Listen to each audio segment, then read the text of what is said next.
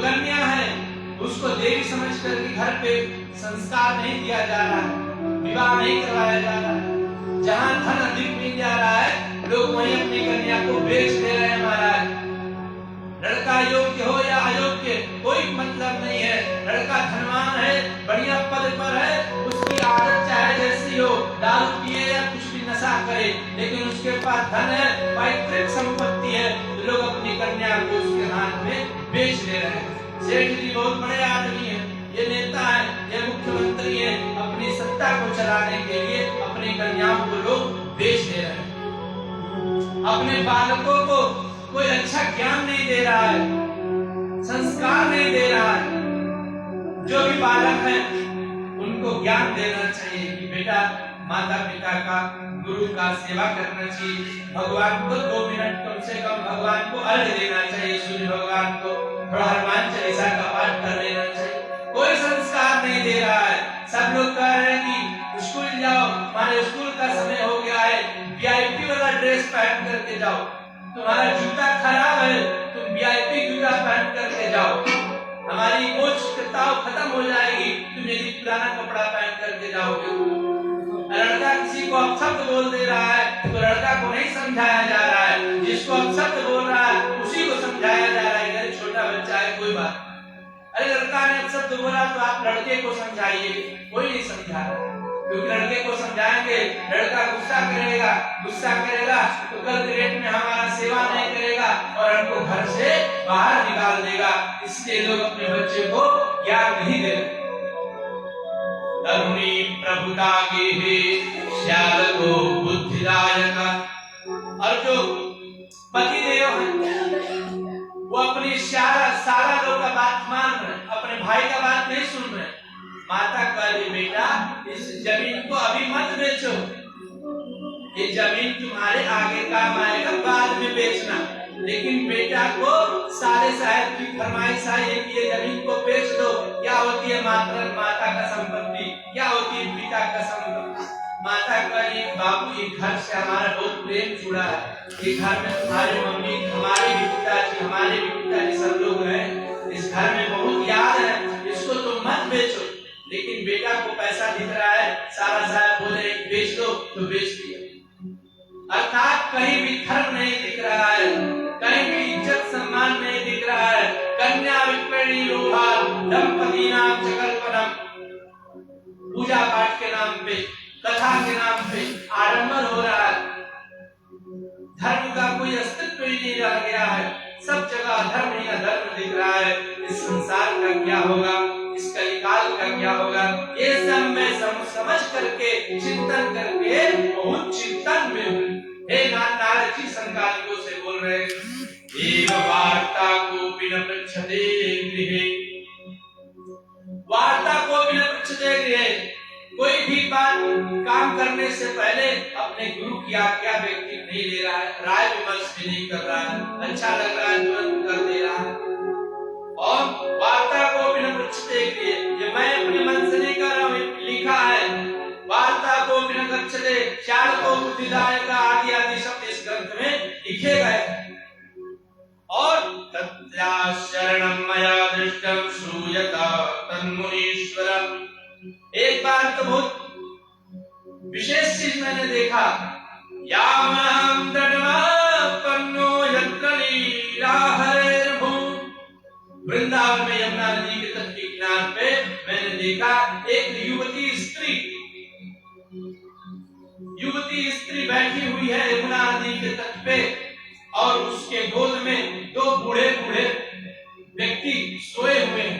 बाल पक गया है दो व्यक्तियों का, और सोए हैं, और युवती स्त्री बैठी हुई है, और उसके आसपास सभी चमर डुला रहे हैं।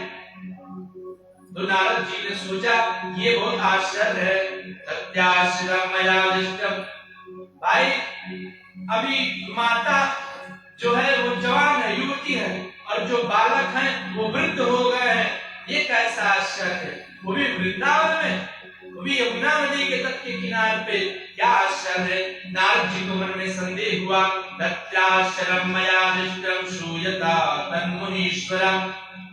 आश्चर्य हुआ, चकित हुए लेकिन बिना बुलाए किसी के पास नहीं जाना चाहिए।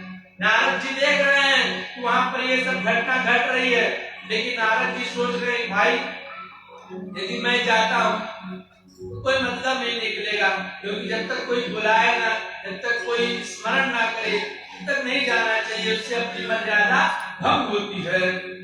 एकदा तरुणी दत्ता कृष्ण खिन्न मानसा, अपने मन को खिन्न करके चले जा रहे हैं, लेकिन तब तक जो युवती स्त्रियां थी वो कोई साधारण स्त्री नहीं थी, वो साक्षात भक्ति महारानी थी।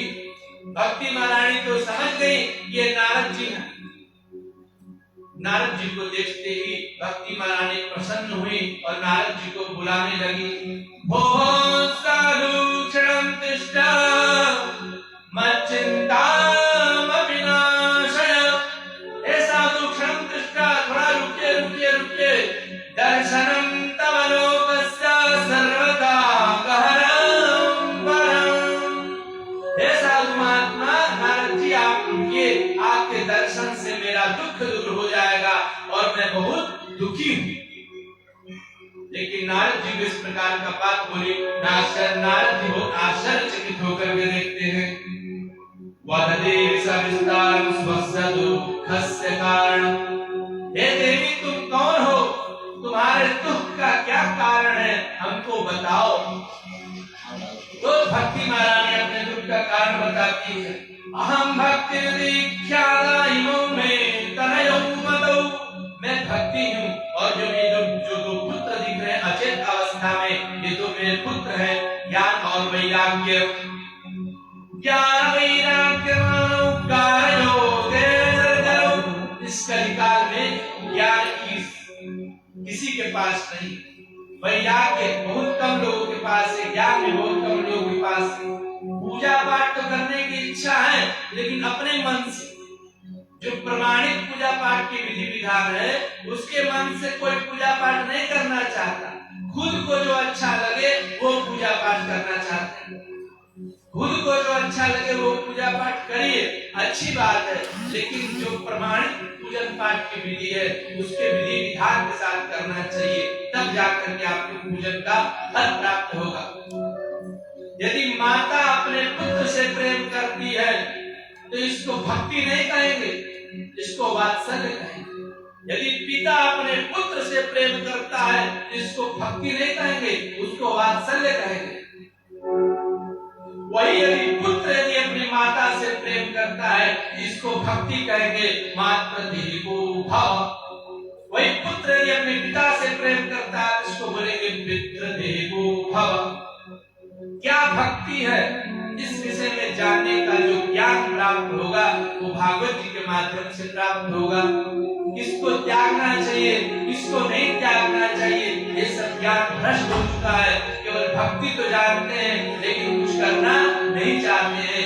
इसीलिए जो भक्ति महारानी है वो बोल रही है इस कलयुग में भक्ति मैं हूँ, इसलिए मैं युवती हूँ, लेकिन ये जो दो मेरे पुत्र है ज्ञान वैराग्य ये अचेत अवस्था में पड़े हुए हैं।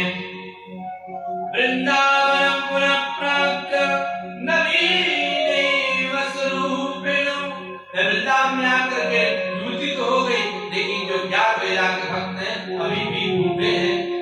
हे नारद जी आप साधु महात्मा हो, आप कुछ उपाय करो। तो नारद जी बोले पहले पूरे विशेष जानकारी तो प्राप्त करने, ये कौन है क्या है। भक्ति महारानी ने परिचय दिया। फिर नारद जी पूछे ये जो तुमको चमर डोला रही है, तुम्हारे आसपास जो ये स्त्रियां हैं ये कौन। भक्ति महारानी कहती है नद्या यमुना, गंगा नदी यमुना नदी समस्त तीर्थ हमारे आसपास चमर डोला रहे हैं। ये लोग भी हमसे कह रहे हैं कि इस कलयुग में गंगा नदी, यमुना नदी, सरस्वती नदी, तालाब, सरोवर सबकी यही दुर्दशा है महाराज।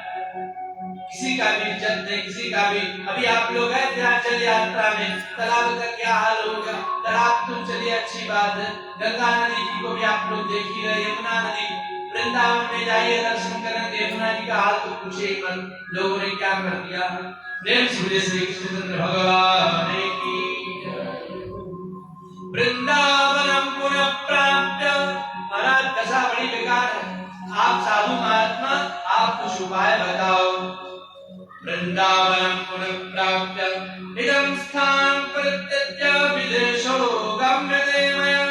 हे नारद जी, यदि आप मेरे कुछ उद्धार नहीं करोगे, हमारे पुत्र का कल्याण नहीं करोगे, हमारे साथ जितने लोग हैं सबका कल्याण नहीं करोगे, तो विदेशे गम्यते मया, मैं विदेश चली जाऊंगा। आज की डेट में देखिए, जितने विद्वान विदेश में है उतने विद्वान भारत में नहीं। विदेश में जो है वेद इत्यादि शास्त्रों का अध्ययन करवाया जा रहा है। विदेश में जो स्त्रियां हैं हमारे हिंदू धर्म का पालन कर रही हैं, और जो हमारे जो धर्म के पुरुष हैं, बालक हैं, ये सब अपना धर्म भूल रहे हैं। विदेशे गम्यते मया, हे नारद, यदि आप कृपा नहीं करोगे तो मैं विदेश चली जाऊंगी। तेन लुप्तस्य राजा योगमार्गस्तवांसता। हे नारद जी, आप मेरे ऊपर कृपा करिए और मेरा कल्याण होगा। वृंदावन संयोगात् पुनस्तु करुणीनव धर्म वृंदावनम नारद जी समझाते हैं भक्ति को, और गीता वेद शास्त्र का पाठ श्रवण कराते हैं उनको कि इस सब के श्रवण करने से आपका कल्याण हो जाएगा, और जो बालक है क्या बेटा ये पुनः युवक हो जाएंगे, नहीं हो जाएंगे। गीता पाठे तो गीता वेद शास्त्र के पाठ सुनाने के बावजूद भी भक्ति महारानी के जो पुत्र हैं ज्ञान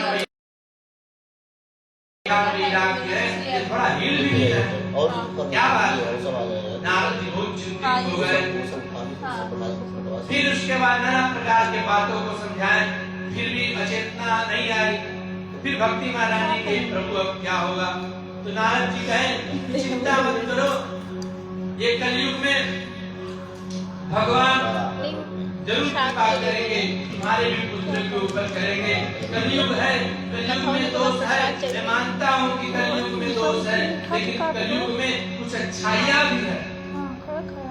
मैं मानता हूँ कि कलयुग अच्छा नहीं है, तुमको विदेश जाना पड़ेगा, तुम्हारा यहाँ इज्जत सम्मान नहीं हो रहा है, लेकिन कलयुग में कुछ अच्छाइयाँ भी है। यत् फलं नास्ति तपसा न योगेन समाधिना, यत् फलं लभते सम्यक् कलौ केशवकीर्तना। इस कलयुग में तुमको जो फल वेद इत्यादि पढ़ने से, गीता पढ़ने से, नाना प्रकार के ग्रंथों को पढ़ने से जो तुमको प्राप्त नहीं होगा, वो फल बस तुमको हरि नाम का संकीर्तन करने से ही प्राप्त हो जाएगा। इस कलयुग में तुम कुछ भी पूजा पाठ मत करो, लेकिन केवल भगवान नाम का संकीर्तन करोगे, इसी से तुम्हारा कल्याण हो जाएगा, इसी से तुम्हारा जयकार होगा। प्रेम सुने श्री कृष्ण भगवान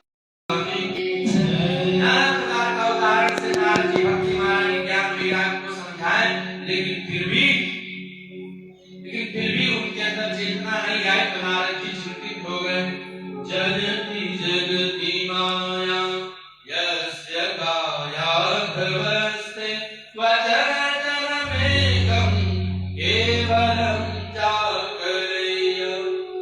नाना प्रकार के समझा रहे, लेकिन फिर भी कोई चेतना नहीं आ रही है, और इससे जो है नारद जी बहुत चिंतित हो जाते हैं। आकाशवाणी होती है, कृष्ण